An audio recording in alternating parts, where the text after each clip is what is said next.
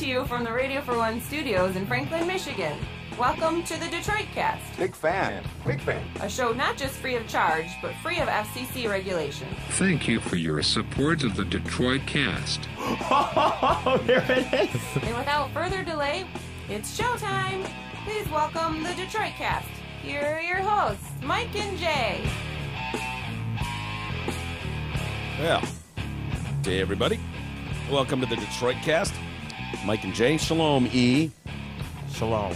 How are you, Jay? I'll tell you one thing. Well, I ain't afraid to catch feels. is it feels or fish? Feels. Oh, feels? I thought it was Yeah. I ain't afraid to catch fish. Come on, man. I ain't afraid to catch fish. Get woke, Mike. That new Gwen Stefani song.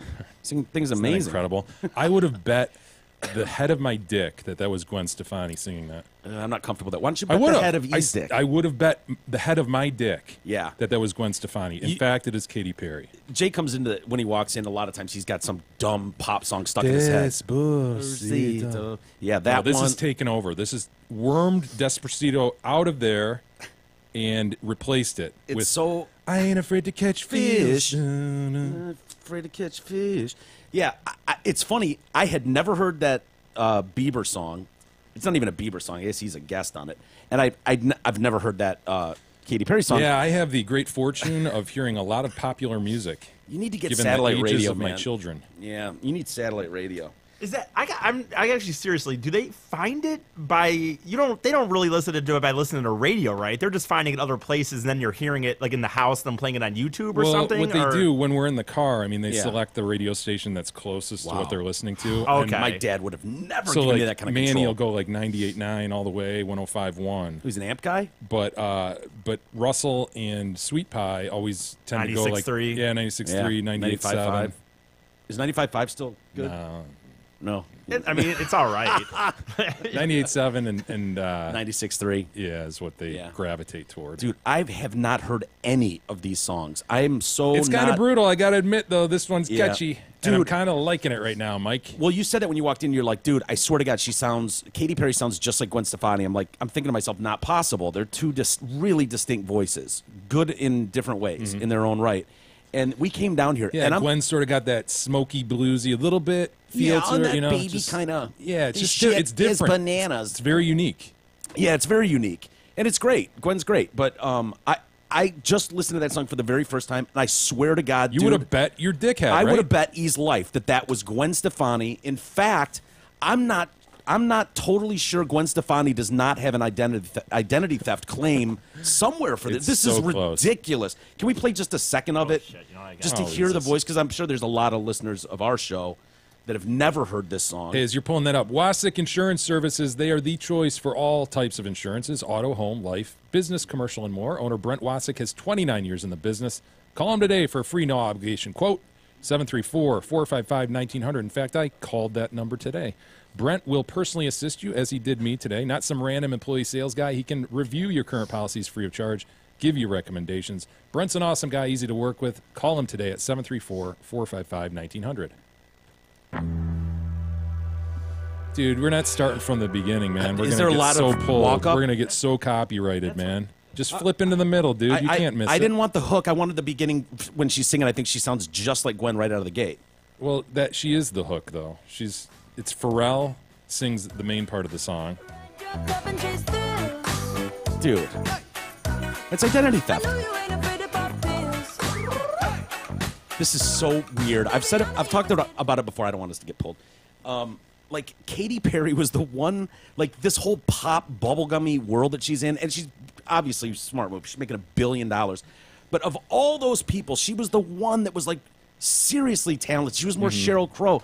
Like seeing her with her first album, acoustic, Did she up have on a- stage playing guitar and singing shit she wrote. And didn't she have a stint as a pretty high-profile backup singer to someone? Like a Stones tour or something, wasn't it? Wasn't it You're something thinking like of that? Sheryl Crow did. Michael Jackson. She Okay. was on the Thriller tour, maybe. Something like that. I don't know about... she might have done something I like thought that. one Catherine Perry did do something pretty high profile as a backup, but maybe She's too the one young with to the have Google been on a machine in front of us. Stone- No, Yeah. not at all, dude. The Stones are touring all the time. Yeah. Are you kidding me? Too young. Well, look it up, because I know Sheryl Crow was on the Jackson Thriller tour. That's a big-ass tour. That would be a big one. Yeah. The Victory Tour? Yeah, was that what it was? It wasn't the Thriller tour, it was the Victory tour. Sponsored by Pepsi, I believe. I believe you're right. Yeah. Is there anything that says Katy Perry was a backup singer for anybody? Anyway.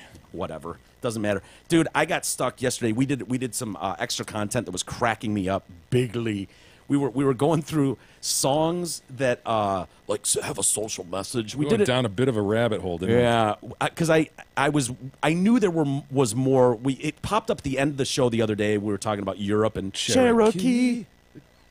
Walking down the trail of tears. Yeah, the white man came. You know, it's just like this whole like social message. We got to get out there and just let everyone know that this is not good. Heroically so. Yeah, you know, hoping to get some, I don't know, some headdress as a gift from the Cherokee or something down the road. Running Bear himself. And so we were doing this in extra content. We went back to it because it was still in my head. And then we ended up, you mentioned Scorpion's Wind of Change. And we listened to Klaus Meine singing about the winds of change. Down in Gorky Park. Gorky Park. Listen to the winds of change, which I still argue is a great whistle song, second only to Patience. Wow, you do that better than I did. Yeah. And then, as a last ditch, it was like, oh, shit, Iron Maiden, Run to the Hills. Oh, You yes. actually went upstairs. We were done for the day. And you ran back down, flicked on the mics. Gentlemen, we got to do Run for the some more. Hills. We got to do some more extra. So I think it's two separate extra contents indeed. yesterday. But that got me on a kick yesterday afternoon. I was looking for more. I loved it so much that I was looking for more that we could use. And then I was specifically looking for 80s hair metal bands doing shit. And I know there's more out there, but I got on a kick and I was just listening to like. You could almost count White Lion, When the Children Cry. You Oh, know? yeah, it's listed as one of those. Okay. When the Children Cry. Yeah, Did you totally. just want to whip off a chorus of that? No, not really. No, I'm not feeling it. But I did, dude. Do you remember who's the other band? Faster Pussycat. Oh, of course I remember Faster Pussycat. Dude, House of Pain. Do you remember that one? Na, na, na, na, na, na, na, na, ain't the one to blame. No, there's no one home in my house of pain. Yeah, I remember that. That song so grabbed me when I was a kid. I was so moved by that song that I was mad at my father for not walking out on the family so I could be have with your own Tame House of Down. Pain. Yeah, dude, I wanted to be there. When he's like, you know, it's a little past supper time. I'm still out on the porch steps, sitting on my behind, waiting for you. Yeah. You know, That's a good one, man. Daddy, where'd you go? You know, Like, Dad, why'd you have to be so responsible? Dude. Now I'm just like, you know, a white kid. Like any other white suburban kid. fucking white kid, whatever. Thanks a lot, Dad. I'll never be edgy and cool like Tame Down is. Why couldn't you walk out on the family? Gosh, you suck. You have no edge. No street cred. None, dude, none. It's like, oh yeah, you had two parents that love each other. Are and still married provided. to this day. Yeah, well, Deeply, ooh. passionately in love. Boy, the pain you've gone through, the struggle. It's like, yeah, I know I would have if my dad just walked out on the family at one point. Dick. What a dick. So what are some others on the list? What'd you come up with? Well, House of Pain, I listened to it then, and it was like, it still kind of grabbed me a little bit, but, you know, it was a reel for Tame. But that one was cracking me up. What was the other one? They did mention House Lion. of... Yeah, the White Lion one for sure. But then I just got into a kick of, like, 80s ballads. And so I'm going down Cinderella... Oh, Warrant with Heaven. Fuck. Oh, I loved it when I was a kid. It's so bad. I never got into those ballads like you did, man. Yeah. You really... Well, music moves me emotionally. Like, I feel it, man. It's the one thing. Like, I don't know if you get that emotion from I ain't music. afraid to catch feels. Right? I ain't afraid to catch fish. Yeah, well, that just gets locked in your head, but you don't have an attachment to it, you know? I love music, dude. I know you don't do. discount my love Have for you ever music. cried over a ballad? No, you haven't. So you don't get moved like I do. I think there is a difference between liking music and like dude. And Have you ever been moved to tears by an 80s ballad? I've never been... Vince Neil has never moved me to tears, for the record. Oh, shit. You could probably throw Dry County in there. Bon Jovi's Dry County. It's a really long song, but powerful. Powerful about a town that I think they lose their oil reserve or something, and now they're just living in a dry man. county, trying to get by, and they're poor, dying. There's no water, nothing. So what do we have? You briefly scanned Katy Perry's. She's saying backup vocals on a song. It looks like with Oh, Jagger. that's remarkable. That doesn't sound And like a backup big vocals on Stones a tour. song There's a with big POD. difference between a Rolling I don't know, Stones tour Dude, and look up Sheryl Crow then. It must have been your mention of Sheryl Crow. No, you know what? Katy Perry almost banged Mick Jagger. That's what I'm thinking of. I remember. I mean, there was a song Yes. about it, What? essentially, right? Didn't she have Mick it? Jagger had those two in, her and her friend, to dinner one night, and she was like, "Yeah, I could have banged Mick Jagger, but I let my friend take it." Really? Yeah. Dude, Mick Jagger's great. He's weird looking. He's weed. He's weed. He's got an enormous heat. His heat it's is like huge. Sputnik. It's like an orange on a toothpick. It's humongous. Oh, I know. And he's out there. Like the last time I saw him, we actually had really good seats at the Comerica Park show, and he's doing his strut. Hell yeah. And it looks like he's got like those old man, like the sole of his shoes are too big, too Yeah. thick. You know, Like orthopedic shoes. Well, yeah, but they're just Probably black. And does. he's marching around, Yeah. you know, doing that Yeah, he's- move he does. Very bird-like. But why? What's in it for Katy Perry? What do you mean? It's Mick Jagger. Dude, okay, but it's How an many 80-year-old thousands- Mick How many Jagger. thousands of chicks have gone for Mick Jagger just because he's Mick Jagger? Yeah, What do you but mean, what's in it for Katy Dude, Perry? she's not groupie level But trash, she was though. at the time. Oh, at is the what time. I'm saying. Okay, yeah. okay.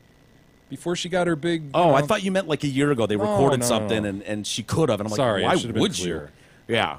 Oh, so like a 19-year-old Katy Perry? Yeah. Oh, okay. Yeah, that's okay. My bad. Yeah. I That, now misled it's fine. Now she should have. Opportunity missed, Miss Perry.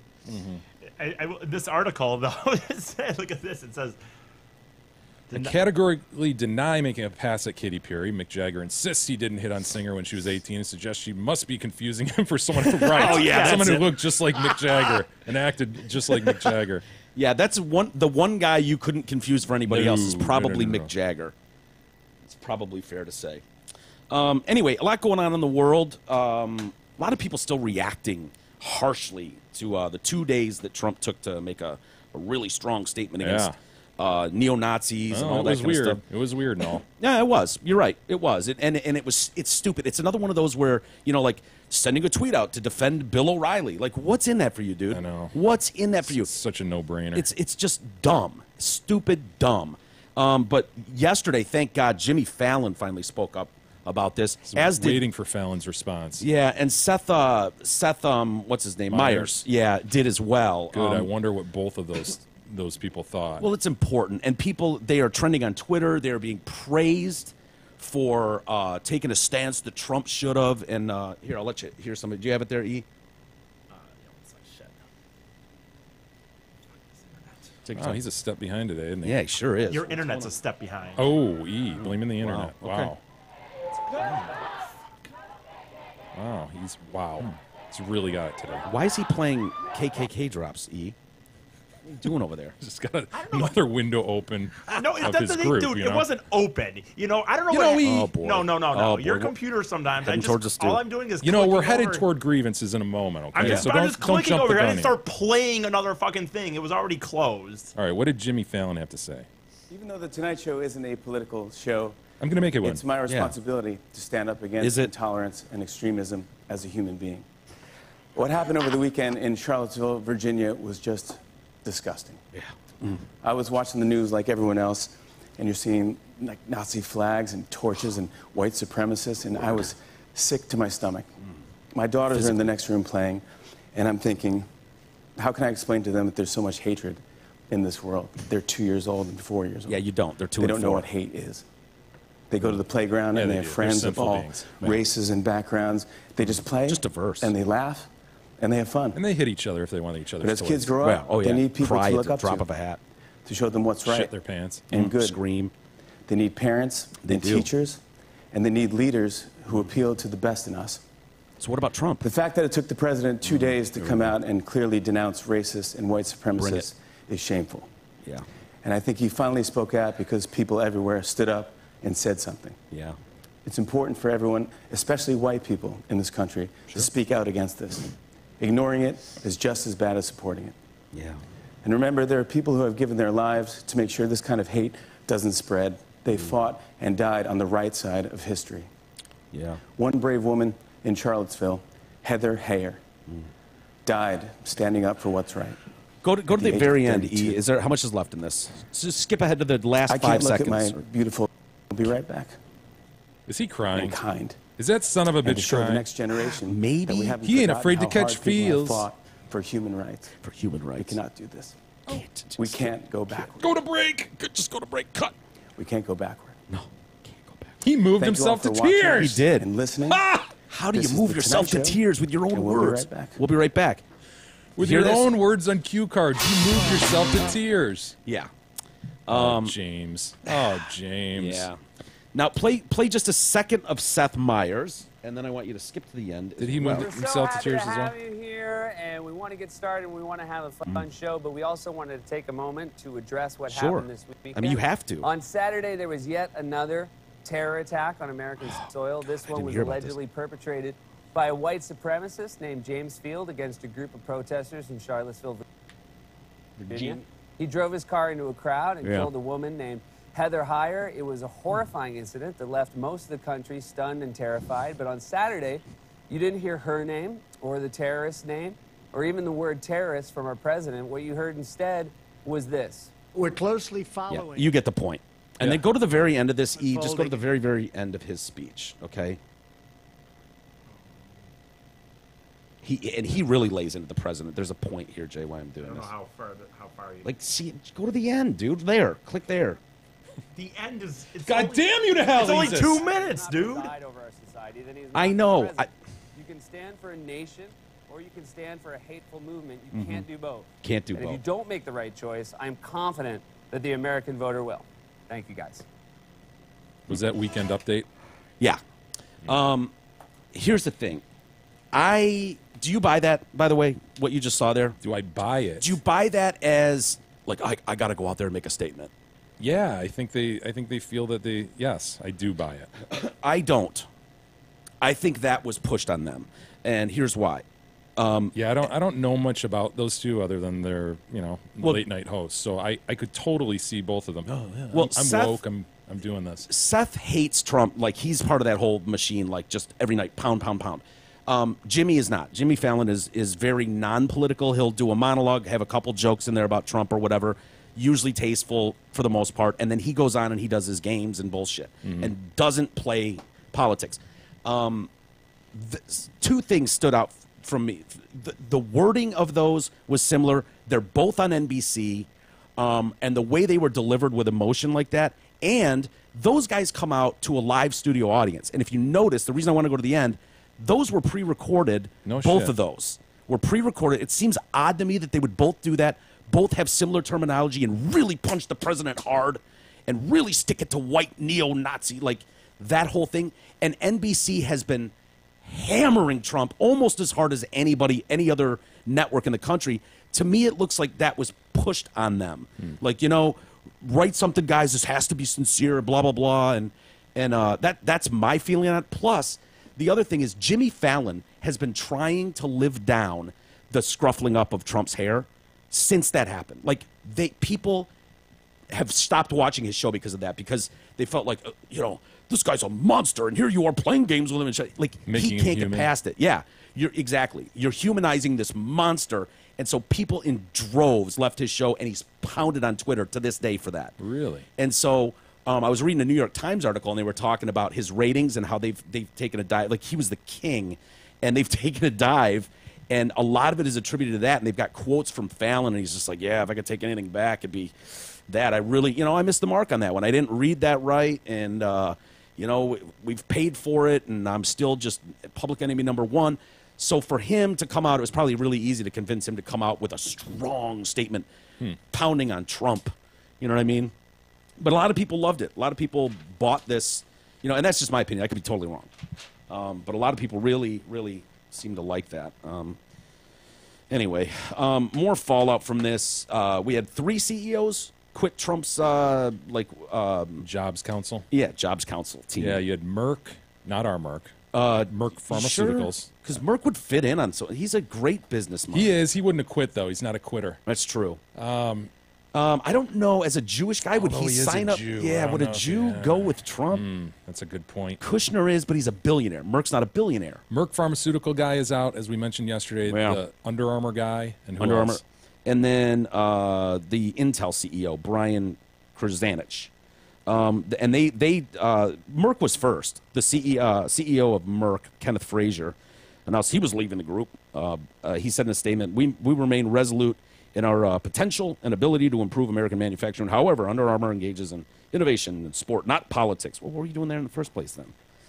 I love our country and company and will continue to focus my efforts on inspiring every person that they can do anything through the power of sport, blah, blah, blah. Brian Krzanich from Intel said, I resigned to call attention to some serious harm our divided political climate is causing. I liked his statement. I have already made clear my abhorrence at the recent hate-spewed violence in Charlottesville, and earlier today I called on leaders to condemn the white supremacists and their ilk who marched and committed this violence. I resigned because I want to make progress, while many in Washington seem more concerned with attacking anyone who disagrees with them. So anyway, yeah, he says it fell on deaf ears. The fact that he was going, dude, somebody come out and say something. And then we were talking, I think you mentioned it yesterday about the Merck one.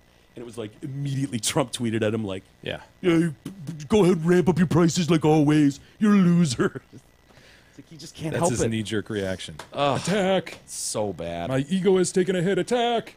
Yeah, well, and then we didn't talk about this yesterday. I don't know if this happened after the show, but those protesters ripping that statue down. Yeah, in Durham. Yeah, in North Carolina, yeah.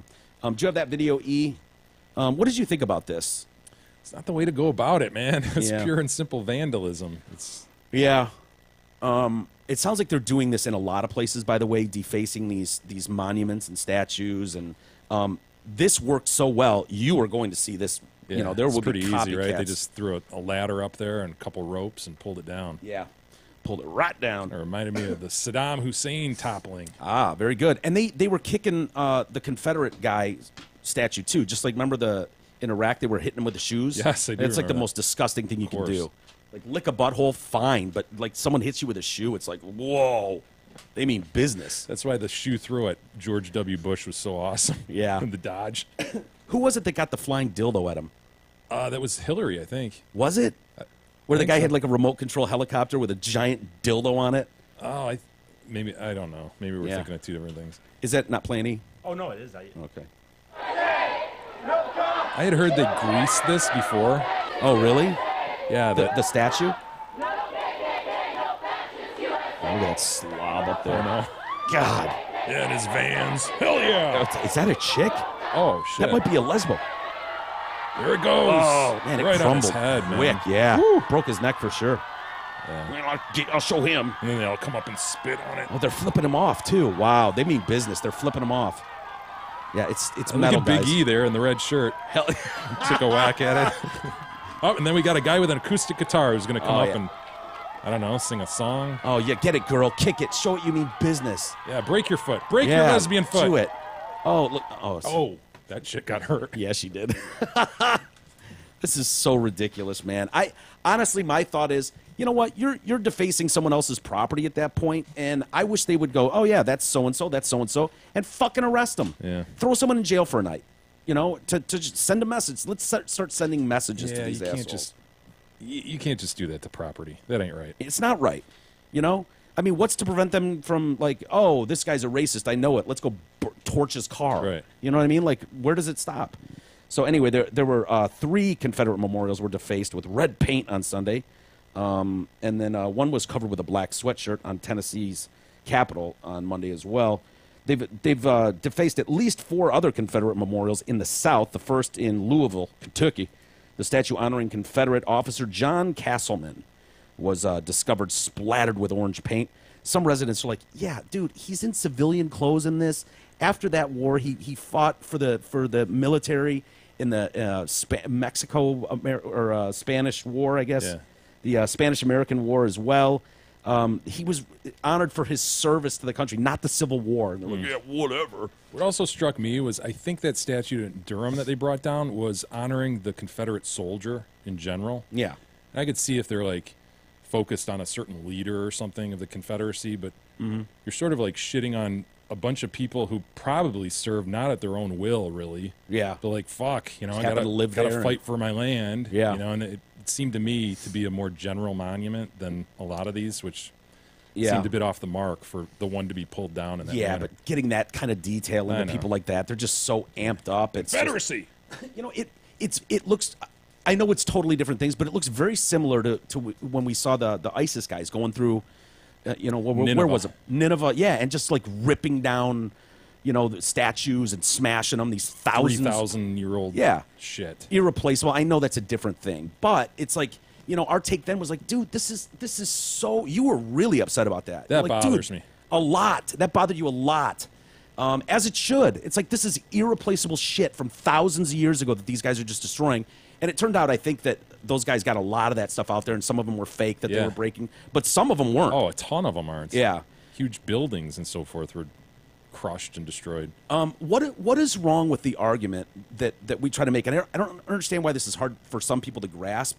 About like you realize like time evolves as we go as humans, and we learn from mistakes, and we realize like holy shit, that was really shitty. But to just like discard that and just throw it all away is never the right idea. You don't want to whitewash your past. Yeah, as I mentioned yesterday, though, like I see a distinction between you definitely can't whitewash history and just change it. Like it is what it is, and as E aptly pointed out, if there are statues at a battlefield or something like that, just commemorating, like, this is what happened here. You don't take that shit down. Yeah. But if there's something honoring some certain Confederate leader, I can see the argument that, what's the deal here, man? He had some really awful intentions, beliefs, whatever. He fought for this cause that... Well, the other, I'm not going to get too much into the Civil War here, though, but the person saying against that, you could make the argument the Civil War, as most people actually know, was not all about slavery, and that's not what the fight was all about. I mean... I know, but that's a dog whistle, E. I know. You're dog whistling right now. I know. And people they don't want to hear that. Stop dog whistling on the show. That's an argument that's not going to win with anybody. No, it's not. But that's I kind of see it both ways, See, I had more of a problem. I understood more the Confederate flag on state, like at the county courthouse and stuff. Like those arguments where it's like, I don't want it taken down, but I understand why the other side would go, this is bullshit, dude. That flag really represents. You want to have it in your backyard, whatever. But having it here, like, it looks like you're promoting this, and I'm uncomfortable with that. But it's the same, isn't it the same thing by extension, though? These monuments to these, quote, heroes, and people are going, they're not fucking heroes, man. They were fighting for this ideal that is just wrong, and we know it. Or they knew they had to fight to keep their land, like you said. That's what I'm saying. Yeah, like that general monument to Confederate soldiers, like that's kind of, wow, you're thinking off the mark a little bit. They had to fight. It's the same argument we've had before, too, where to me... Where's it going to stop, right? Yeah, you can't... Jefferson Memorial? Yeah. No, there's already people talking about Jefferson and Washington. Totally they are. And we saw this... American... Dude, yeah. You ought to be ashamed to fly that shit. Oh, incredible. The real problem, though, I think, for people like me that scares me, it's like, look, we just want this off the Capitol grounds. That's it, blah, blah, blah. And they rip that thing down, and it's like, yay. And then within 3 days, it was pulled... The Confederate flag you literally can't buy anymore, and the Dukes of Hazzard is off TV. Like, God damn it! No more Dukes. Sorry. And it's like, yeah, exactly. Where do you stop? All Crazy of a sudden, Cooter, get your ears on. Flash. So it's like it goes to such an extreme, and now it's just like, dude, you don't dare have a Confederate flag. I mean, E's got his 12 or whatever, but other than that. And he doesn't have it on the back of his car anymore. But that's just like, you're an absolute monster to have one of those now, and that's the problem with Very that stuff slippery to me. Slope, yeah. Yeah, no offense to our Asian listeners, but it's not good, dude. It's not good because that will not. It's not like cool, we took that one down. Okay, yeah, thanks good. Everybody. Have a good day. See you Glad later. we solved that. To me, I'm just like, okay, yeah, the world has racists in it. You're never going to fix that. Hate in people's heart and having fistfights in the street ain't going to fix it either. Sorry. Yeah, and a more productive move might be to learn about how this country has to, in large part, moved on from bad things and moved forward. Yeah, we're very imperfect, obviously. Yeah. But we've moved forward a lot from where we were. It's offensive, too, the idea of the civil rights. Today's civil rights thing is whatever it is, transgender rights, blah blah blah. And it's like, dude, sorry, civil rights in this country was very, very specific. It was for black people. The fight was legitimate for black people who were shit on for hundreds of years in this country. Yeah, but how do you make a general statement like that? Civil rights was this. Well, the civil rights movement, today's civil rights movement is transgender. It's like, no, it's not. Well, how is that comparable? A whole entire race is held down for 400 years in this country, and now it's like, hi, I want to cut my dick off and be a girl. Deal with that. Why are you, you're hurting my civil rights. Yeah, that fits more under disability laws than civil rights laws. Okay, good. I would agree with that. Can we go south a little bit from North Carolina to South Carolina? Sure.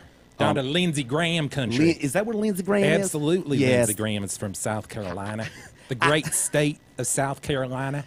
I swear to God, if one hair on the head of a Guamanese is hurt, we are coming, and we are coming hard for you, Oon. I am a war hawk. We know what we're doing. I fully support President Trump's decision to fully fund the military. I want you to know, and I want to be very clear about this, too. I do not agree. I would have denounced those racists in a second. They know they do not have a friend in Lindsey Graham. They know that. I thought it's shameful. He should have denounced it sooner and called him out by name. Lindsey Graham. I still want to blow some shit up. OxyContin, Purdue Pharma, is being sued now by South Carolina. What? I'm surprised. It's happened in a few states. They're like the promotion and sale of this drug, and the way it was promoted and sold is criminal on a fucking humongous level. Humgorous. It's absurd, and it looks like they're talking about jail for some of these executives. Bag up. Yeah. Because what they were doing, it's kind of like one of those where it's like, the car blows up on occasion, but not that often. So, the lawsuits outweigh recalling all protection. It's kind of hazy. Yeah. And so they're like, we're going to fine the shit out of them. They're like, yeah, whatever. We've weighed that into the cost. We jacked the price a little bit. Yeah, take $640 million. Whatever. Cost of doing business. Yeah, they actually said that. Cost of doing business. Whatever. And so they're talking about, like, this obviously isn't going to work, just fining these assholes. And so they're talking about jail for them. But just this morning, South Carolina is the latest state to, or local government to accuse Oxy of deceptive marketing practices. Lawsuit accuses them of unfair and deceptive marketing on opioid painkillers. Purdue has told doctors that patients who receive prescriptions for opioids generally will not become addicted, and those who appeared to be were only pseudo-addicted. Dude. And needed more of the drugs. How you combat that if they're pseudo-addicted is give them more. Load them up. They actually claimed at one point that like 1% will become addicted to these. It's just such a small amount. Isn't it more like 99%? Yeah, probably. Or 100 maybe. Probably. If continually given. Yep. You take them for any sort of, and we're not talking like years. We're talking like weeks, days. If you take them for an extended period of time, you will have trouble getting off them. Purdue has continued to downplay the addictiveness of its products and overstated the benefits compared to other pain management treatments. While there's a time and place for patients to receive opioids, Purdue prevented doctors and patients from receiving complete and accurate information. They've denied the allegations and said it shares concerns with South Carolina and, about the crisis, and we're committed to finding solutions. That's what we need to do. We need to find solutions for this. I mean, absolutely. It turns out, I think what they were doing is, like, this is supposed to be, this is a drug meant for cancer patients. It was like, you got terminal cancer, this will help you with the pain, and you load them up on that shit. Right, you're dying anyway, just whatever, feel better about it. Yeah, well, then they started going, fuck, all these guys are going to die, though. We need continued patience. How about we say it's all for these knee replacements, etc. Yeah, a little bump and bruise. Yeah, fuck, load them up with oxys. It's not addictive. And the way they did this sort of thing was like they would have these, is it symposium, where they invite like 5,000 doctors to some island resort. And they would have these speeches and talk about all the benefits of it and why it's better than others and how it's not as addictive. And then here's your prescription pad right here. Yeah, and so they were giving them like plush toys with OxyContin written on it and hats with OxyContin written on it. Can you imagine walking around with an OxyContin hat? I want one. Hell I've never yeah. seen one. It's awesome. And so these doctors would go home, and then these sons of bitches at Purdue started mapping like, okay, who in the country is prescribing the most? Where are they? And they charted this whole thing out because we need to know where people are in the most pain so we can help. Not like, oh, these doctors will prescribe it to anyone, which is what they were really doing. They were trying to find out where the doctors that were a little loose and would just sign off on them. And so then they took their sales staff and they said, go to those places where the doctors will overprescribe. And they did, and they gave them huge bonus incentives. So average sales guy, I'm not shitting you, at Purdue made $55,000 a year. Their bonus on that was $74,000 on average. Some of them made upwards of $2 million in bonuses from pushing this shit on the doctors. And they went from like, I don't know, $1 million in sales. Within 3 years, they were $1 billion in sales. Like, it's through the roof, dude. And they also had this thing like, this is gonna, I might be getting in the weeds. You can stop me at any point. But they had these charts that they would bring in to show them. And so they had immediate release OxyContin pills, and they had timed release that were like 12 hours. So you could either take 4 pills in a 12-hour period, or you could take 1, and it would just time release over, you know. And so they were pushing that. So they had these charts where you had this, what do they call it, a linear graph, I guess, where it's just like incremented times. Like it would register. And so, and then they had another chart, and it's got some crazy name, but it would do like a times percentage of the points. I know I'm getting in the weeds. And so if you looked at this scale, the graph, it would show a quick drop off of when that pill was in your body and how quickly it faded out, which would be withdrawal and stuff. So then they had this other one with the time release one, and the graph was totally mapped out different. So it gave this big bell curve. You could keep them on constantly. And so it was like, yeah, look, people aren't even there. Look, dude, all these hours later. And so they were like switching the charts to show like this drug. Oh, yeah, look, there's no withdrawal. I mean, these guys are on it for 12 hours, no problem. Oof. And so they really pushed that, and it exploded. And so that's what people are really bitching about with this stuff. And, dude, honestly, I've been prescribed this quite a bit. And it was when I first got on that drug, it was sold to me as, well, go to this one because it's non-addictive. And I thought about suing those fuckers because it was like, dude, I had a doctor tell me that. Yeah. Bullshit non-addictive. Good luck. And you've got, when you read the numbers, it's horrifying to see the numbers. Like, I look at it, I go, okay, well, you're fucked. That train is gone. And that is going to be incredibly expensive to do anything about. And those people aren't going to want to get off it, and they're just going to switch to heroin. They are walking amongst us. Dude, the numbers are incredible, and it's been done by this fucking pharmacy company.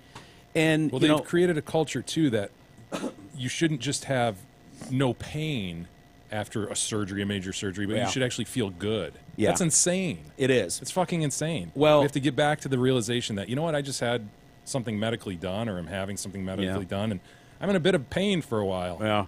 And that'll go away soon enough. But the thing you realize, too, when you do it, like if you took one, you'd for sure be passed. If you took a sliver of those. Makes me feel like shit. I took half of one once. Yeah, keep taking them. They'll change. Trust me, they'll work great. No interest. Here's the problem, though. You take them, and you can take them responsibly for a long, long time. You know, as needed for pain, whether it's any of those, Vicodin, Norco, whatever. But at some point, that euphoria works. And it's stuff that, like, house moms. Why are all these house moms addicted? You know why? Because they take one of those and they clean the fuck out of their house, and they love their kids, and they get more shit done. They go to the grocery store and they feel like $1 million. And it's like, for a while. If you did that, by the time you realize, oh shit, I got a problem, it's over. You're in. You're done. You've been on it for 3 years, and now you can't control it. And then your sources dry up, and as you mentioned a moment ago, you're on to street drugs, something comparable, heroin. Yeah, and that's where they'll go, because heroin's way cheaper, and it's basically, I mean, that's why they call it hillbilly heroin. Just don't know what the fuck is in it. Yeah, well, that's the plus to something like a controlled substance like that, where you know exactly what's in it. For the most part, although I think they're lacing those things now too, with fentanyl and shit. But I look at that and it's like, dude, you don't have the funding in this country to treat millions and millions of people for the type of care that they'll need to get off shit like that. Like, it's not going to go good, dude. This is going to be a real problem, in my opinion, going forward. And they're just starting to get their heads around that now. And that train, in my opinion, is way down the track. So We'll see. But it sounds like at least we're not going to war with North Korea. That's the good thing, right? Before you move off opioids, did you see the toxicology came back on Tiger Woods? Yeah, I thought we knew all that, dude. Like, he had painkillers? That doesn't surprise me at all. Yeah, I think it was just specifically what they were. Yeah. I think there were early reports that had leaked with, there were opioids, but there were like 5 different drugs. Do you remember which ones? One started with a D that everybody's jumping all over, going, "Oh, that's the one!" Like, really? Can you pull it up? His tox report up. I'll see if I know what it is. Yeah, no, it's several prescriptions. He had THC Dilaudid? as well. Yes. Okay. Dilaudid. Yeah, Dilaudid. The one that wasn't prescription, or might have been prescription, was THC. Yeah. But yeah, most people that I've heard discuss it are like, he's got an issue there. This isn't just one crazy Wednesday night. This is Well, I always laugh when these guys are like, "Oh yeah, everything's great. You know, I've had my 4th back surgery in 2 years, but I'm good. I'm good." It's like, nah, dude, no. Sorry, doesn't work like that. If you're taking that drug, you love taking that drug. You just do, you know. And if you take it for any amount of time, you will really love taking that drug. And if you're in Tiger Woods' position and you have no one that's going to say no, why not? Why not? Don't really have to go to work. Hydrocodone, that's Vicodin. Xanax, we knew that. Hydromorphone, that's a stronger painkiller, but still not one of the best. The one that you mentioned, Dilaudid. Yeah, Dilaudid. Okay. Hydromorphone. What's that? Apra. Known as Xanax. Oh, Xanax. Yeah. Zolpidem, sleep drug, Ambien. Okay. And then he's got THC. He's got all sorts of things counterbalancing, doesn't he? Yeah. He's going the king route, man. I'm gonna go up a little bit now. Bring it down. Bring it on down. Holy shit! I got up there too high. If I find or hear the individual that has said that about me, I will pull your goddamn tongue out of the roots. Thank you very much, ladies. Thank you very much. Thank you very much. Yeah, Elvis, pull his tongue out. Yeah, I got a little low there. Let me bring this thing back up. Top speed. Let's go. Who's got some cocaine and meth? Come on, Linda. Come on, Linda. Come on, Linda. Go get Daddy his ball. Go get Daddy his toys. Come on. She's in the bathroom. Boom! Gunshot through the door. Sorry about that. I hope it didn't hit you, Linda. Dude, tomorrow is his death day. Is it? Holy shit! Yeah. Oh, happy August anniversary. 16th. And if I've had happy death day, Elvis. Eve. Happy Death Day Eve. Yeah, I wonder how many people will ascend onto Graceland. Oh God. You ever been there? I've not. No. I bet you. Have you been there? Wouldn't mind stopping by when I'm in town. Yeah, I wonder if they've kept it all gaudy. Because didn't Linda basically design that house, like the zebra room or the zoo? She was a big part of it. Wait, no, it was the jungle room. King needs a jungle room, man. Linda, go get some supplies. I'm feeling like a safari or something. I need a hat too. I need a hat. Hey, oh, sorry. Gentlemen, while you look that up, you may remember our friends at Zotford and Holly were the first to jump on board and financially support the Detroit Cast. Now they continue to deliver the best prices and greatest experience possible to our listeners. For example, get 0% financing for 72 months and up to an additional $4,500 off a new 17 Ford Fusion. Hurry to Zotford because this deal won't last long. Oh, there's the jungle room. Hell yeah. Linda, you knocked it out of the park. I got to tell you, I feel... Stapled some moss up here. I feel... where are the lions at? I feel like I'm in safari. You did such a good job. He was so gaudy, man. Wasn't the other big deal, like, the 3 TVs? Like, that was such a big deal. They had some room with, like, 3 TVs. Hell yeah. Back then, though, dude. I mean, yeah. You know? Yeah. If he had a remote control, that would have been kick-ass, you know? What is it in human nature where it's like, oh, man, I got all this money now. Now I got to get out of control. Because by all accounts, the king was just like the... You got to have something nobody else has. But he was just like the nicest... Well, thank you, ma'am. Thank you very much, sir. Yes, sir. No, Real sir. Humble. You know, Southern gentleman. Southern gentleman by all accounts. And next thing you know, he's just like butt-fucking everything on the planet. I need a jungle room. I need a jungle room. Someone, please. Won't have sex with any girl that's been pregnant, had a kid before? That's gross, man. That's gross. Once something comes out of that vagina, that's gross. If anyone had a kid, she was declared gross by the king. Yeah, but this is just... I wonder if that looked cool in the day, like when that was set up. Would that look cool? Yeah, probably. There's think? probably nothing like it, and yeah, it's different. Wow. There's absolutely nothing in that room that I'd be like, man, I'd love to have that on my nightstand. Nothing. Find one thing. The wood panel. Yeah. No thanks. Maybe the guitar. I'll take the chairs guitar. are pretty badass. I like the coffee table. The coffee table's like made of oak. Yeah, it's oak. It's lacquered too. We got that. We got the thing lacquered. I got it extra lacquered. Somebody I can't remember who, but said their table was twice lacquered. And I was so, fuck that. I don't get thrice lacquered. In triplicate. Actually, triplicate. now that I'm looking at it, yeah, you're right. There's a lot of shit in there. Yeah, Like, take that shit in a heartbeat. I mentioned North Korea. Yes. Ooh, sounds like they're backing off, dude. Which should be the story today, Donald Trump. This should be the story. You made them blink. You made them blink and back off. You probably saved millions of lives that by not doing a nuclear war thing with them, and that you should be being praised for this. Guamanese lives. Yes, Guamanese, South Korean, Japan. Who knows what that son of a bitch would have done? Kim Jong-un is still throwing out the rhetoric, though. So they want you to know that he means He's business. saying he'll watch us. And Yeah. if us dumb Americans. Do you have the statement there? I was hoping you'd read the statement in full. Yeah. The translated statement is absurd. Yeah. Go ahead, Mike. So according to their state media, Kim has reviewed a previously announced plan to fire 4 missiles on a trajectory over western Japan, but have decided not to go ahead with the proposed for now.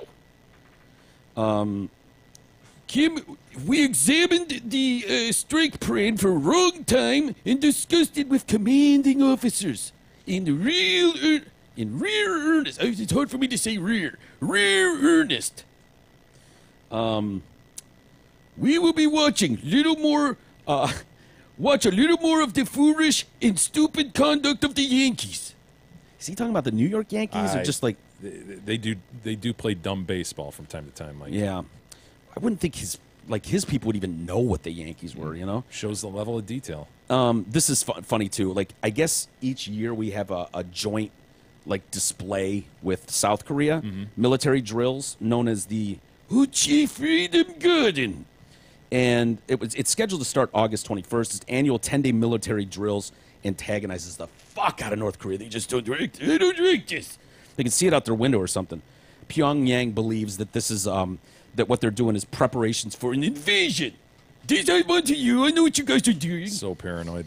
So he said to that, if the planned fire of power demonstration is carried out as the U.S. is growing more rigorous, it will be the most delightful, historic moment when the Hwang-Song artillerymen will ring the windpipes of the Yankees and point daggers at their necks.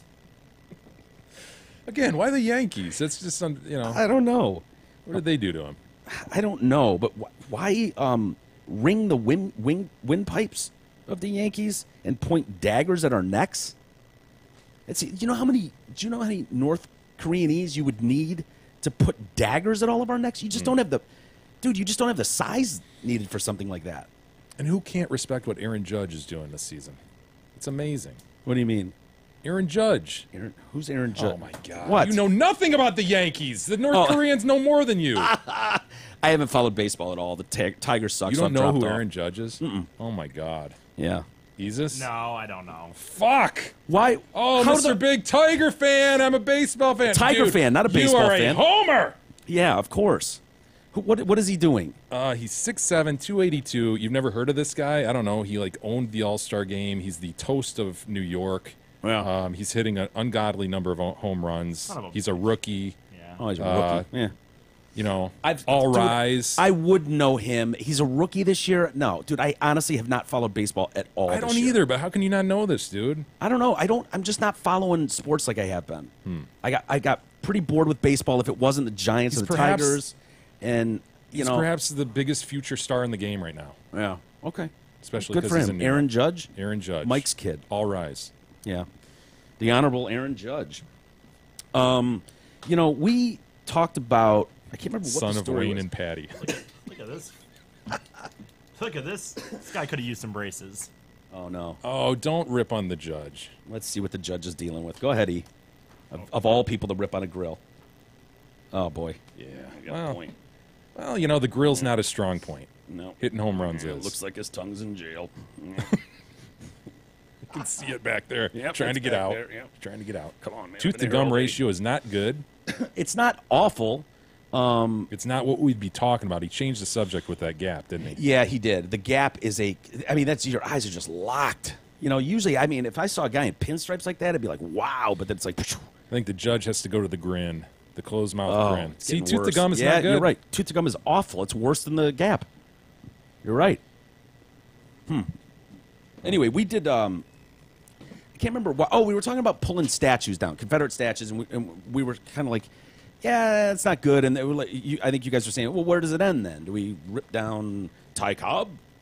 I was gonna say, dude, Ty Cobb. I mean, Ty Cobb. Yeah, he was a dick. He was a bastard, right? That's what we've been told. That's what we've been told. And someone, thankfully, I give you credit, but I forget who it was, tweeted at me the article. I don't know if they tweeted at you too, Jay. The real story of Ty Cobb? Well, it's interesting, and I'll read it to you. But this guy was working on he's let's see, I'll give him credit too, Bobby Mueller, and he was working on the Tigers' all-time 25 roster. So he's doing a lot of research, and he gets to Ty Cobb, and so I started to write the entry on Ty Cobb based on what I knew about him from being a lifelong baseball fan. I'd heard all the stories suggesting Ty Cobb was a monster.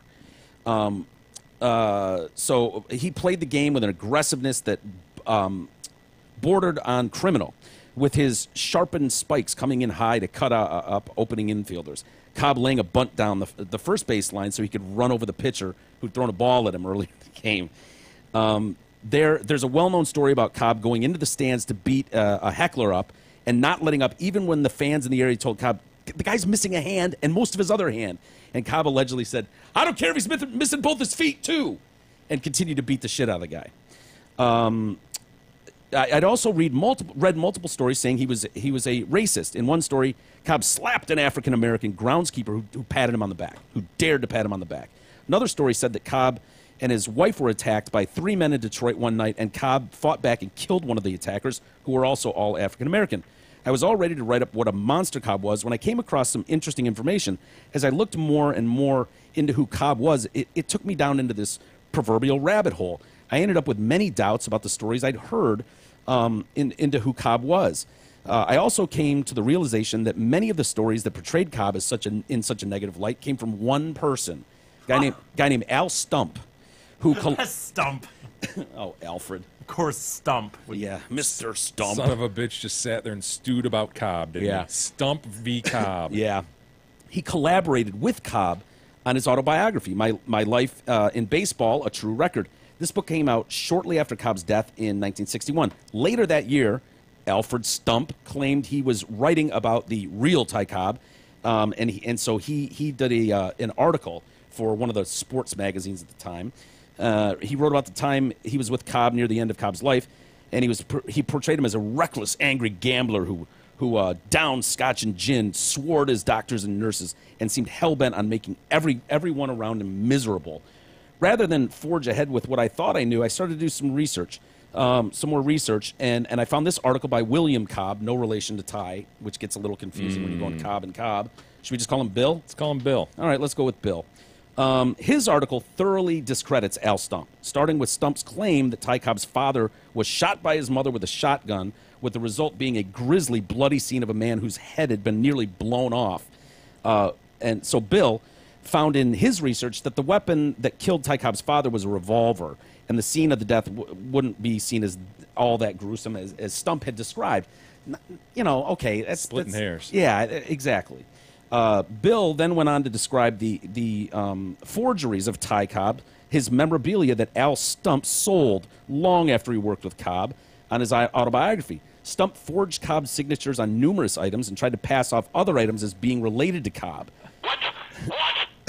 Collectors no longer trust the authenticity of any items that originated with Al Stump. But at one time, these items included a forged Ty Cobb diary. They were part of the legend of Ty Cobb. We now know that Al Stump forged the Ty Cobb diaries, letters, and other autographed items that made up his memorabilia collection. Son of a bitch. Yeah. With that revelation, with the revelation about the lack of integrity of Al Stump, it called into question his salacious article in True magazine and his book 30 years later that portrayed Cobb as a vicious psychopath. Stump's story that Cobb killed a man who attacked him by pistol whipping him to death was debunked.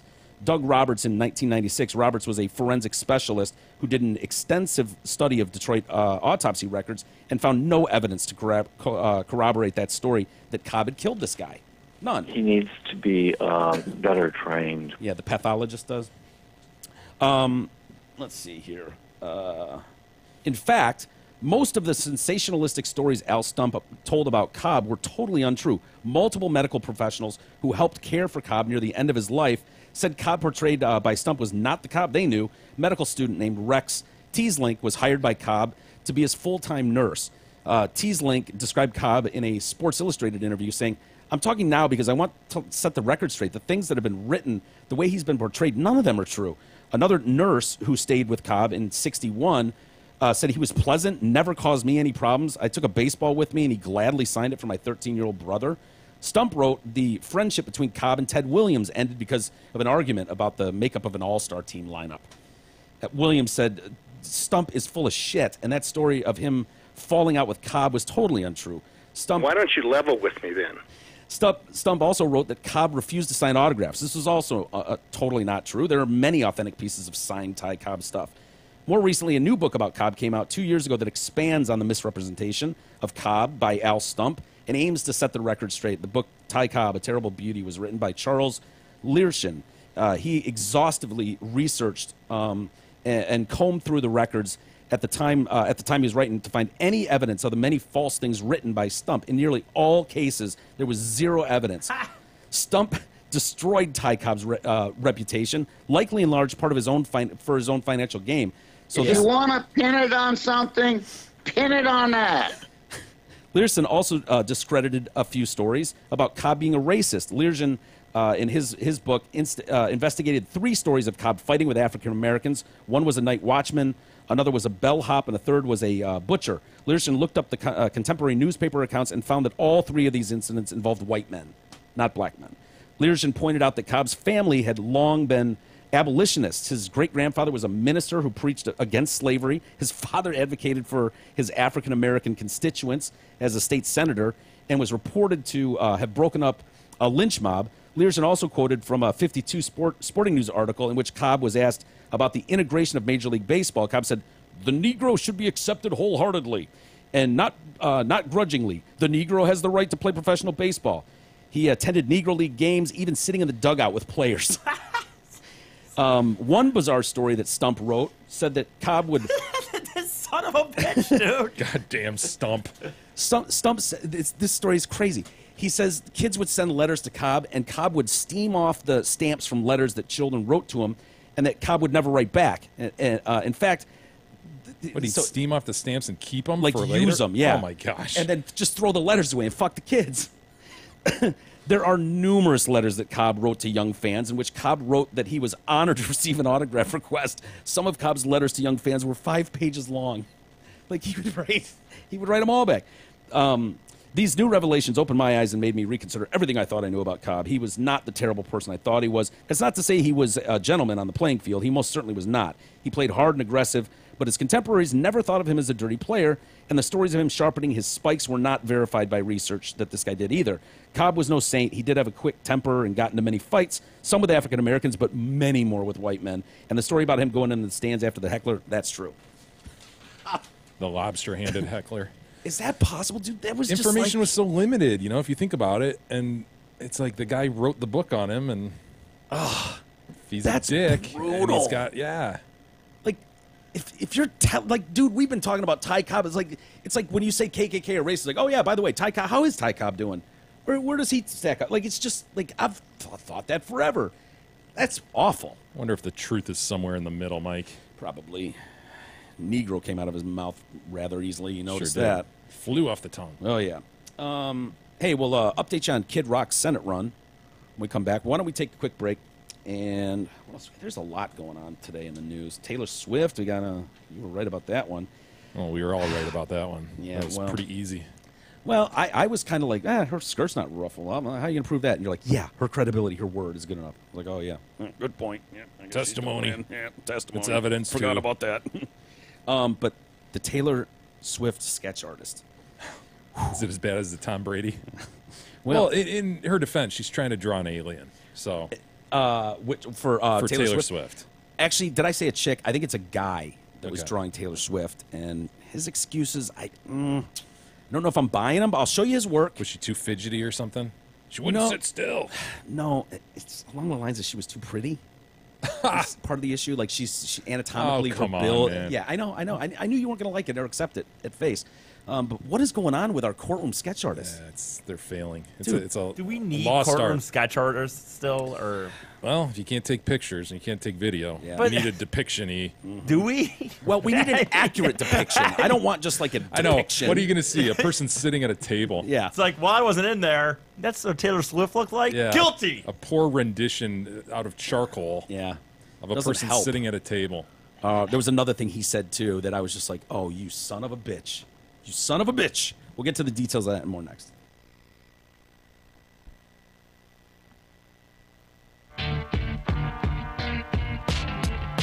The Detroit Cast continues after this short break.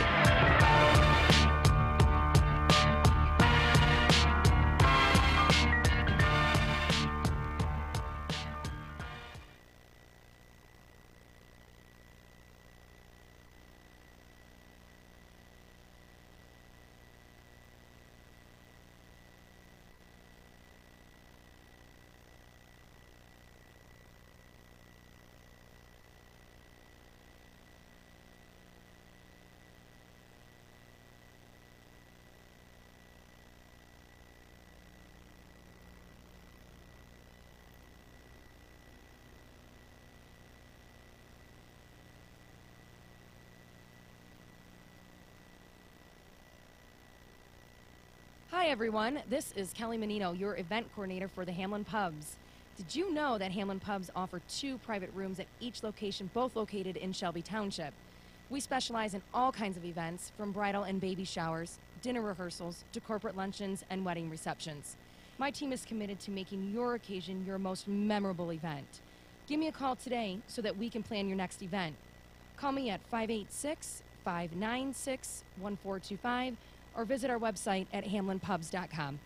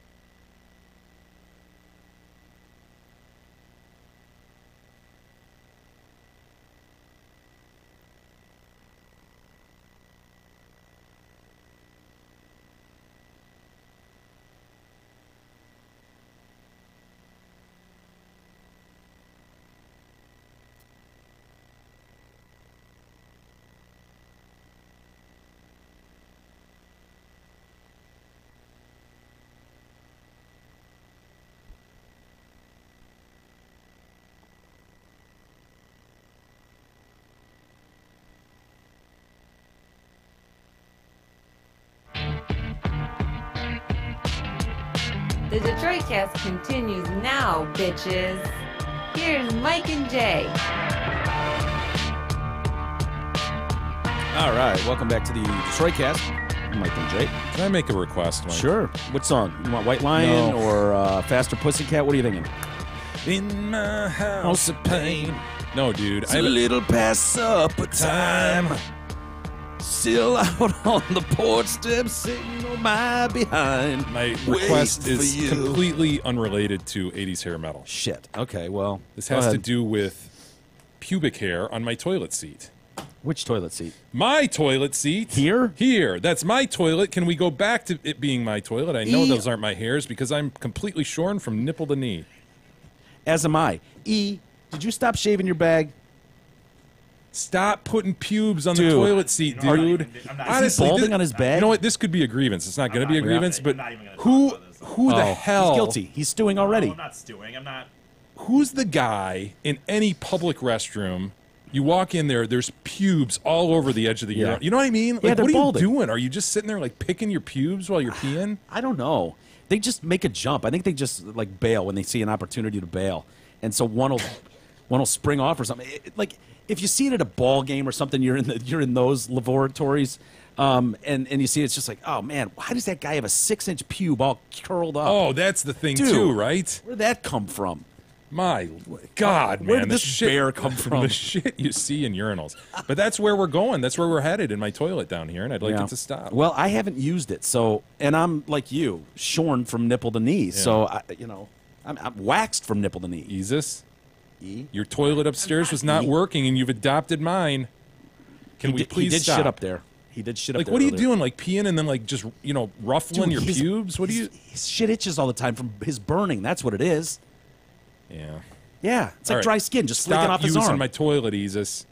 Probably got dry skin. It's just flaking off you. I'm not even. Yeah, of course you're not. You're gonna stew. No, I'm not stewing. I'm not acknowledging ridiculous, stupid shit. So that's fine. Oh, okay. So you're saying that Jay's lying when he says there's That's not pubes what I'm littered all saying. over his It's toilet bowl. stupid. I don't.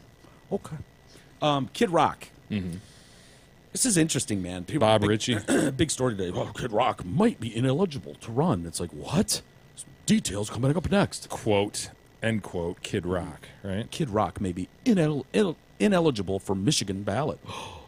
Well, yeah. Bob Ritchie would be on there probably. Robert Ritchie. I So guess that's what draws you into the story? Yeah. Oh, my God, why would he be ineligible? What is he? Does he have a felony? Is he allowed to run? Is he a felony? What's the deal? It's a fake name. Yeah, it's a nickname. And so I guess Michigan has like these rules set up to be on the ballot. And Election laws, that whole thing. Yeah, and so one of them is you can't use a nickname. So I think he could apply for something. Like a DBA. Is that what it is? Business ass. No, yeah. So I don't know. I don't know what he'll do, but I found it interesting. These guys are like, well, you could go Bob Ritchie, and you're not ashamed of it. Everybody knows his name's Robert Ritchie. that's what I thought because these guys are like in a they're talking about how we would do. They're doing mock polls and stuff. How do you do against Stabenow? And they're whatever. It Bob doesn't Ritchie matter. does this, but Kid Rock does this. Are you serious? Have they done that? What's that? Is that what you're claiming? They've done like Bob Ritchie v. Stabenow and Kid Rock v. Stabenow? They did Kid Rock v. Stabenow, and he beat her 49-48. But it's like a right-wing group that did it, so I put nothing Yeah, in I there. read No that he stock in lost it. to her in such a poll. Yeah, I most of the polls you see will have him down 7 or 8 or 9 points, which is great. That's a great starting point for someone like that. That's no shame in that. So the fact that his stage name was included helped boost his number, they say. And that they said that he would put a serious dent in his name identification advantage, and his outlaw brand. And I'm like, okay, first off, this is in Michigan. Everybody in Michigan, And if they don't already know, you could easily educate them. Yes. Like, yeah, I'm Kid Rock. Yeah. You'll see me as Bob Ritchie on there, but I'm actually Kid Rock. doing so. TV shit. Hi, Robert Ritchie. Yeah, you may know me as Kid Rock. Kid. Do it, E. Come on, E, you got it. Introduce him. Kid I'm Rock. not doing that. God damn. Oh, that was terrible. I'm not. Yeah, it was. Specs voice. Anyway, Politico has said that Rock has gained some support from a real-life super PAC, Senate Leadership Fund, a super PAC formed back at the 2016 election with backing from Senate Majority Leader Mitch McConnell, has issued a statement we'd be actually very interested in his candidacy. Stephen Law says this is the group's president. I certainly wouldn't count him out. The truth of the matter is that he's done a lot in his home state philanthropically. He's a pretty smart guy. He thinks about policy, and he's a shrewd businessman. If you're watching, kid, we hope you run. So, well, I said it before, and I still continue to believe it. I think he needs Trump's approval rating to go up substantially in order to have that traction from those same voters. Well, I agree with that, but it's such a different race. You know, it's not national, and it's Michigan Senate. So he's loved in this state. He's loved in this state. So are Democrats, though. Well. And if people have had their fill of the, we tried it. We tried the outsider kind of thing. Yeah. And look how that's going. Yeah. We're not going to try that again. We're not going to take another Hail Mary. Yeah, that'll be interesting, man. I don't know if I like that personally. You know, all these celebrities talking about running. Mark Zuckerberg is is that right? Yeah, he's going around to every state to interview people just to get perspective on where people stand. I like the idea of real people running, to be honest. I really do. I can't stand the elitist class ruling our country. I like normal people running too. I do. It's a rigged system though, but I don't. The idea of we need The Rock, we need Tom Hanks, we need Oprah. Where's Oprah? It's like, no, really? You want Oprah to run the fucking country? Shut up. Well, I am curious then. Who do you want? I mean, so you want a non-career politician, but also a normal guy that says shit and. But it's an you can't get there because that normal guy, you know. What do you want, Mike? I don't know that it's a good idea to just take someone who's got star name recognition and throw them in there when it's like, dude, you're not studied on policy. Come on, man. Oh my God! But can we rewind 8 months? I Mike? know, the regular person. That was the Molotov cocktail. It was the Molotov cocktail. Sorry. I know, but the regular person that you want that speaks normal and doesn't talk like this. Yeah. If you don't have any level of celebrity recognition, you're going to get buried by the incumbent. You'll just be an idiot on the. I mean, you could run for anything you wanted. And I know. I wish we could just get away from wishful thinking. Get away from the guy that's got to be perfect Republican since he was 12, junior Republican. I was a Boy Scout, and I was, and live this ultra perfect life so that nobody can take shots. Like, fuck all that. I want some guy that's like, yeah, dude, I did LSD all through college. It was awesome. I went to rock concerts. I'm a normal guy. But that guy can't do it. So maybe Kid Rock's the best choice. Shifting gears, Taylor Swift. She won her case against the DJ David Mueller. Yeah, Mueller. I think it's Mueller. So he owes her a whopping $1. Yeah, he's got to give her a plus $1. Interest. Yeah, well, he probably owes her some costs too. I mean, they're in federal court, were they not? I thought.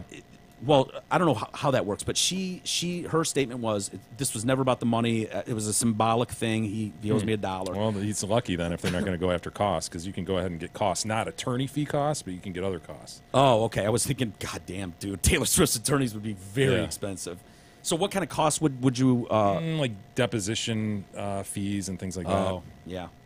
Hiring the guy like me that filmed the deposition. Yeah. Yeah. Okay, that makes sense. So, anyways, yeah, which could be substantial in a 2-year case involving Taylor Swift. Oh, absolutely. There would be no stone left unturned. They would have interviewed countless people. Right. The real, I guess that's the real story that comes out of that. Yeah, the real story is another one of these damn sketch artists, man. And I'll show you the rendition she's got there. Judge for yourself, or that he's got. It's a guy. It's brutal, man. Is this the one that you're... See, the thing is, these asshole sketch artists have been pulling wool over our eyes for years. For tomfoolery, shenanigans, etc. Because we don't know what these litigants look like. There's more. They can basically do anything. They can grab a pastel and draw anything they want. Now we know what this alien looks like, and he's trying to finally draw her. He's trying to show some skill, and he can't. He can't. He lacks skill. Look at that, dude. That is brutal, man. That's embarrassing. Looks like an African-American man. Yep. It's just criminal. And I think you're right, Jay. These guys have been flying under the radar for years, for decades. Absolute wool pulled. Because they know, like, for the most part, we don't follow all these cases. And they must absolutely just go like, fuck, anytime a celebrity gets arrested and it's going to court. Shit, I got to learn to draw. Oh, shit. What am I going to do now? Like pulling up YouTube. How to draw. Been drawing stick figures for decades, and no one said shit. How'd you draw a face? How do you draw a face? A pretty one. Start doing like that circle, and then add another circle, and then combine a couple lines, you know. So this guy's just left humming. going, oh, yeah, her beauty makes her more difficult to draw. Is anyone buying that? She's recognizable. That's your problem, man. Yeah. Jeff Kendaibi, he's an illustrator from Colorado. I don't know. Is it fair to call him an illustrator? Is that pretty generous. Okay.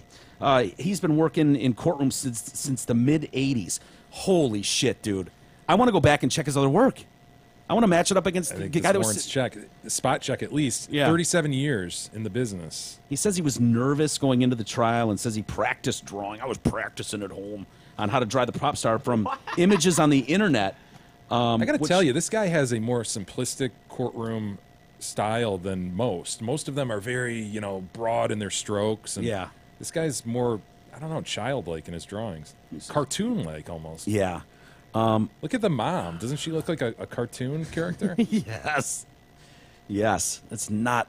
That is horrible. That is a horrible rendition of Taylor Swift. Not everything turned out quite the way I hoped. I'm always drawing people in my head, and they always look way better in my head than they do on paper. These guys are shit artists. These guys are shit artists. They are. But in fairness, dude, if you were a really talented illustrator, which...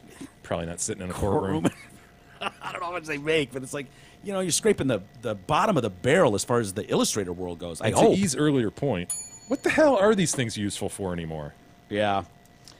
This is what I had a real problem with, and I call this the Wolf Blitzer effect. And that's his finishing move. Yeah, what were you saying? You like getting blitzed by the wolf? Oh! He's just got Duran Duran, hungry like a wolf. All I see is a full moon. It's hard. Some people are just much easier to draw than others. If you give me somebody with a beard and glasses, bingo, I got it. It's like, yeah. Cover all their facial features. Dude, you're describing the Blitzer effect. We all can draw someone with beard and glasses. Duh. Well, bingo, I got that one. I got nailed that one. We can all draw hairy testicles, but take the hair off and go vein. Oh, go vein and those weird wrinkles. You try distinguishing that from a baby bird. Yeah. You try. Good luck. Well, a true talented artist can draw a wrinkled, shorn bag. Veins and everything. But for simpletons like us, you just go double ball hair. You end up with a baby robin. His artwork was criticized online brutally during the case and drew comparisons with, you remember Jane Rosenberg's Tom Brady quote sketch? We sure do. Ms. Rosenberg was forced to issue an apology. Good. You should. She came out with, yeah, I'm sorry for me not making him as good looking as he is. I want to apologize to everybody for making him look like E.T. They're just poor artists. Yeah. Bottom line. Yep. I mean, that absolutely criminal. So I'm glad he's getting his comeuppance. Fuck that guy. He's been skating. He's been on Easy Street for 35 years. The better part of. Yeah, and it's finally caught up to him. Look at this. Huh. First off, she over-chalked. But that's what she has a way different style, right? Yeah. The pastels, it's the broader strokes. It's really a less detailed face, honestly. She's just going for forms. Yeah. Whereas this other guy's more of a cartoon artist. Yeah, his is way more childlike. Yeah. And then... And you see this hero here? Yeah. What'd he do? What did Poops do? Do you have the pictures, E, of Oden's work? Yeah. A Virginia family came home and found their floors and walls absolutely wailed with blood. Ew. Just splattered blood. And their German Shepherd apparently attacked an intruder while they were out. Oh, shit. Yeah. At first, Tristan Murrin and his mom didn't notice anything out of the ordinary, but when Murrin saw his dog waiting at the front door, there's Oden. I was waiting at the door for him to get home. To greet them at the front door, he was like, well, Oden doesn't do that. That's weird. That's when he saw the drops of blood on the first floor, and where they looked upstairs. When they looked upstairs, they found just blood all over this room. Dude, not only do you get broke into, but now you got this dude's blood all over your house. That sucks balls, man. Yeah, but the only reason he didn't get anything was because Oden went to work and kicked his ass. Yeah, that's cool and all, but you always forget about that. These intruders who get shot or something. You're like, you take that, shot you. That crime doesn't pay. No. But in the end, you're sitting there cleaning up DNA out of your house with this fucking asshole who decided to break in. Well, what did you want me to do? The guy broke in. I knew as soon as I saw the color of his... I mean, as soon as I saw him, I was like, I don't know that guy's face. He doesn't belong in here. And I was like, That Nazi dog. Get out of here, you. That Nazi shepherd. I channeled my great-great-grandparents, from the... you ever seen those videos where the good guys are using the hoses and then my family was chasing those bad guys down? We were in all the magazines. Oh, shit. He fucked him up, man. That looks like a murder scene. Yep. Wow. I was like, get out of here, you. And he squared up with me, and I was like, oh, you want to dance? Woo. You want to go? Was this a trained, like, canine guy or something? Or just No. regular? No, I'm just Oden. I'm a regular German guy. Shepherd. Yeah. Yeah, I kind of went medieval on him, and that's all the way up to the ceiling, by the way. Oh, my God. Yeah, I tossed him like a rags doll.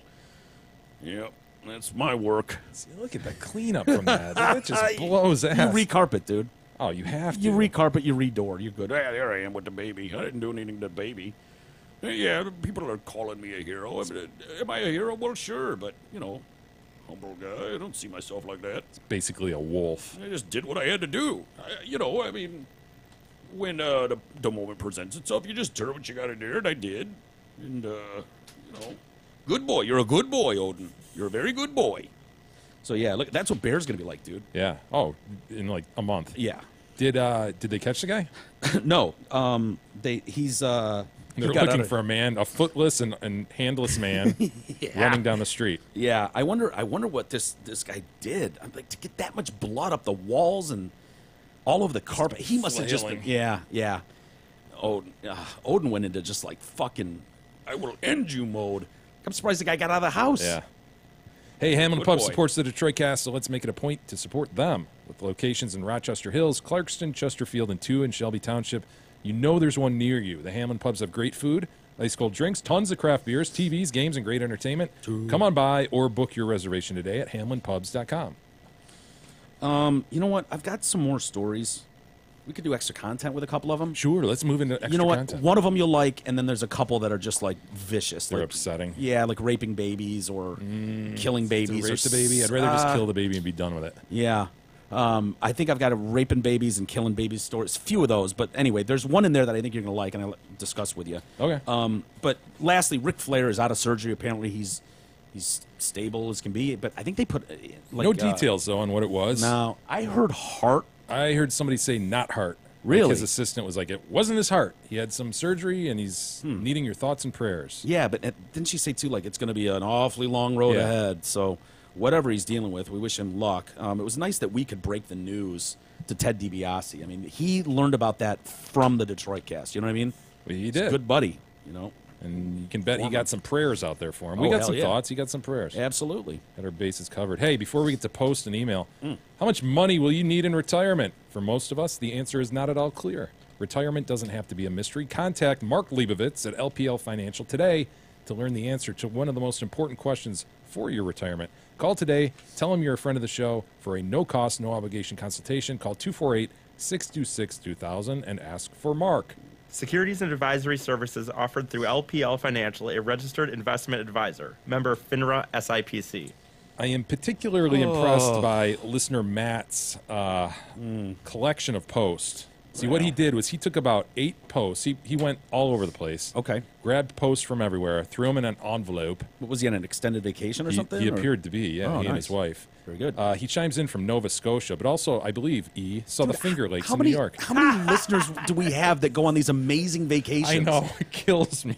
I knew the summer was going to come and I was going to be like, you bastards! They're not just like, yeah, we went to Wisconsin Yeah. and then ate cheese and drank beer. It's I like, know, man. I'm really jealous. People are seeing some really cool stuff. yeah, they are. Nova Scotia. Mike, Jay, and Etard, greetings from our neighbors to the north. My wife and I took a road trip to the beautiful Nova Scotia to visit Oak Island a few weeks ago. It was an incredible trip, but a shit ton of miles on my car, 3,400 to be exact. Wow. I hope you own.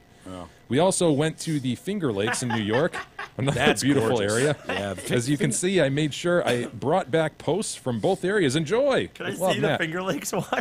Or do you know Yeah, I'll look at it later. There's the Finger Lakes. Yeah, my mom used to live there, I think, for 3 Seneca period of Lake is time. the longest of the Finger Lakes, Matt points out. My mom says that's the most beautiful place she's ever lived. Is that right? Yeah. There's only one reason. I don't know if Jay remembers why I led. There's only one reason I know or laugh about the Finger Lakes. The It's 'cause Office, The right? Office, yeah. During their application process. Jim Carrey, don't you remember that, Mike? They Jim were all Carrey? interviewing, right? When Steve Carell was leaving, it was like, who's going to be the next Office manager? And they brought in tons of big names. Will Ferrell. Shit, I don't remember that. etc. Yeah. I gave up on that show for a while, and I don't think I ever saw that. Really, Dude, they you brought in should like see Jim that episode. Carrey. Yeah, that episode is funny. It's great, man. They've got they lined up like 8 different people who all come in for interviews, and they're awesome. Wow. So what was the But Jim Finger Carrey's Lakes? point? Right. Jim Carrey just kept going on about, like he was in the interview, he's like, but he just kept being adamant that he had to get back to the Finger Lakes. He's like, I'll take this job and I can start, next week, but I got to get back to the Finger Lakes. Like he just kept going on about how his family was at the Finger Lakes. Well, according to Matt, Watkins Glen State Park is the place to be. He says pretty much the best state park ever, and includes some awesome pictures of Watkins Glen State Park. So if anybody's thinking about going to pretty standard fare New water. York. Standard fare It's waterfall. beautiful, Mike. What are you talking about? No, it is. It is. That's nature at its best, I sir. understand.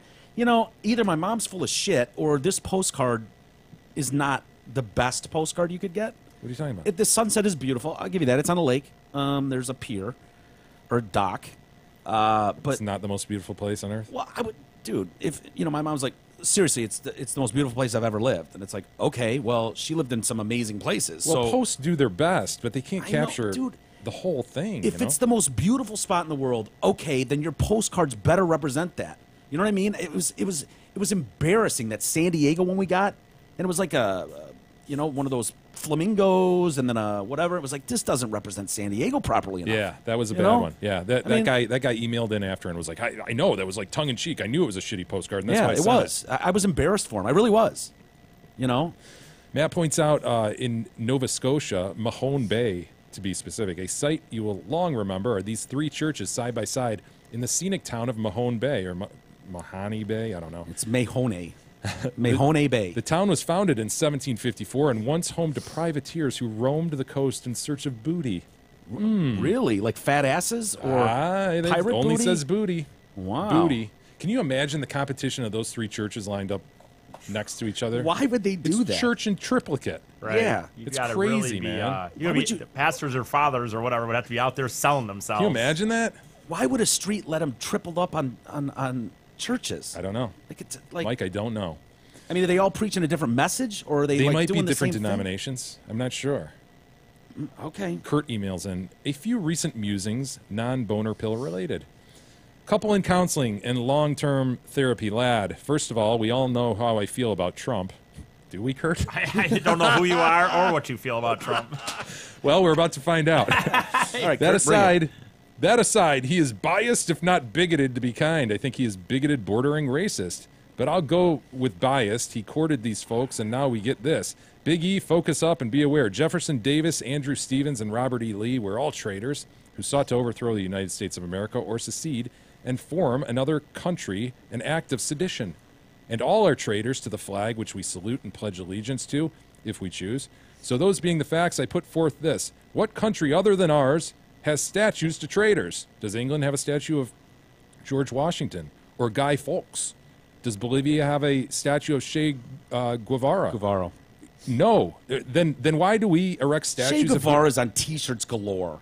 That's better than a statue. Then why do we keep? And didn't Kaepernick even wear one? Not too long Yes, ago. sure. Then why do we keep erect statues of heroes to the treasonous, illegal government of the Confederacy? Ponder that. Personally, I'd like to see someone rent a backhoe and go knock a few down in Richmond. That will be a nice popcorn night, Mike. So thusly, I will teach my children about the U.S. flag code and have them able to pass a basic citizenship test, have a decent understanding of our nation. We are a DAR family, D-A-R, Daughters of American Revolution. And my great-grandfather fought with Michigan second in the Civil War, so I care about this. Yes, fuck Trump in my house, but we love America. Thanks, long-time original giver to Kickstarter, Kurt. Well, thank you, Kurt, for giving. Yeah, I just think it's your history. The good, the bad, the ugly, the warts, all of it. It's all part of the story. It's how we got here. It's what we learned from our mistakes in the past that got us to this point. And I don't like the idea of just going, here's how we feel now. Times were different, opinions were different, beliefs were different, way different. And so you've got these statues that are 127 years old. It's been just standing. It's like, it is what it is, man. You don't just knock it down for oh my God, it's so offensive. Like, no. You take all of it. We're a hateful country. We've hated forever. It's part of who we are. God damn it. Embrace it. We're not supposed... There is no room for hate in this country. What are you talking about? All we are is hate. We hate each other. Ugh. I'm getting worked up. It's not a terrible. It's not a terrible point. The idea of the traitor aspect of it, but I totally see it. I totally see it both ways, as mentioned. Yeah, I mean, yeah. If you're celebrating these people, that is quite odd. But at the same time, you don't want to whitewash history. Rick writes in.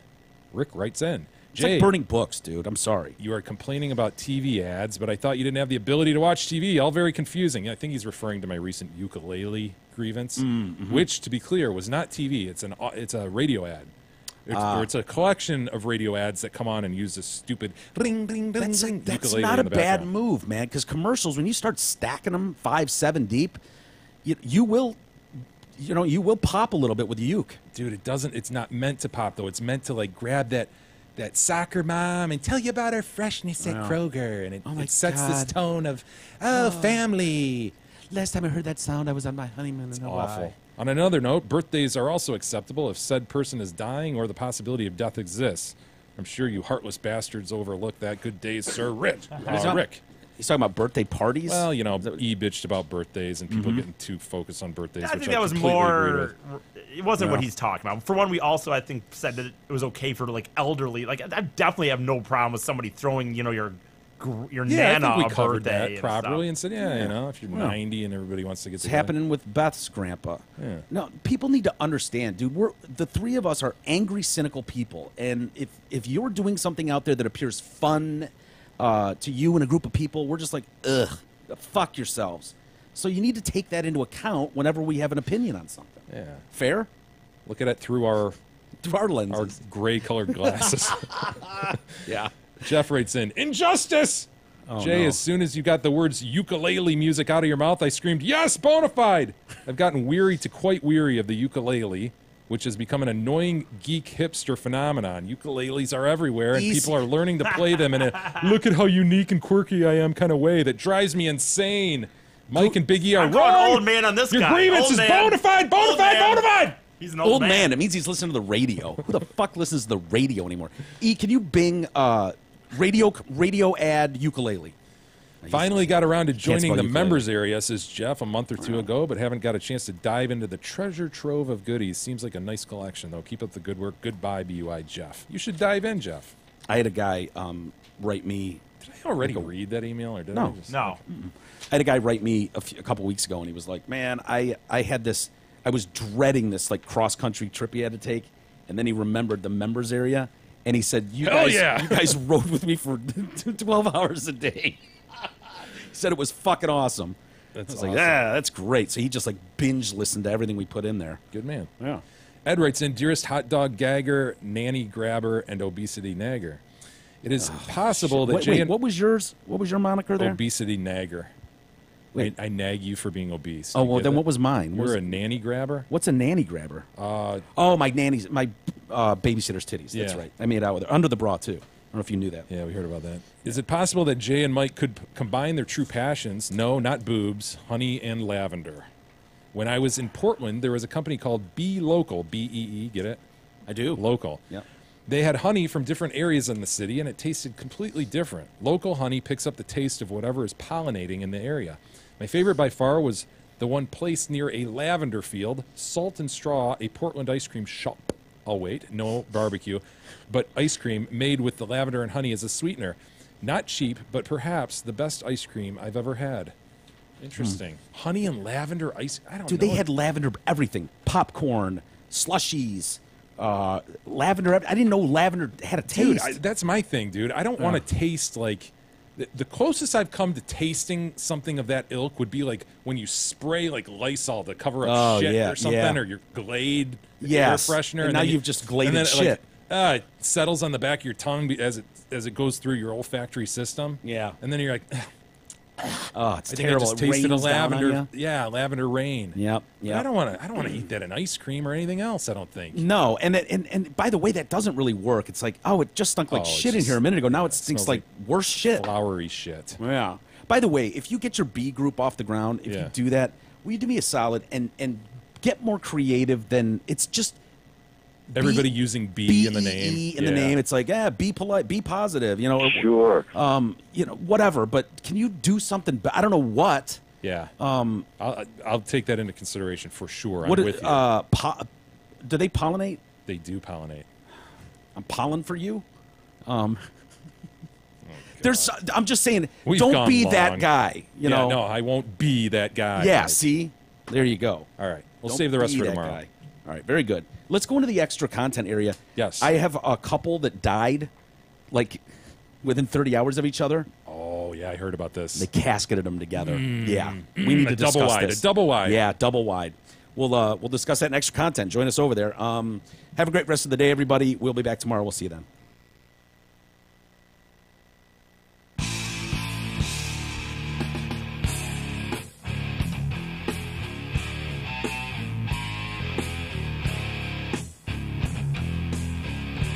You've been listening to the Detroit Cast with your hosts, Mike and Jay. From all of us at Radio for One Studios, thank you for listening. And as always, thank you, Detroit.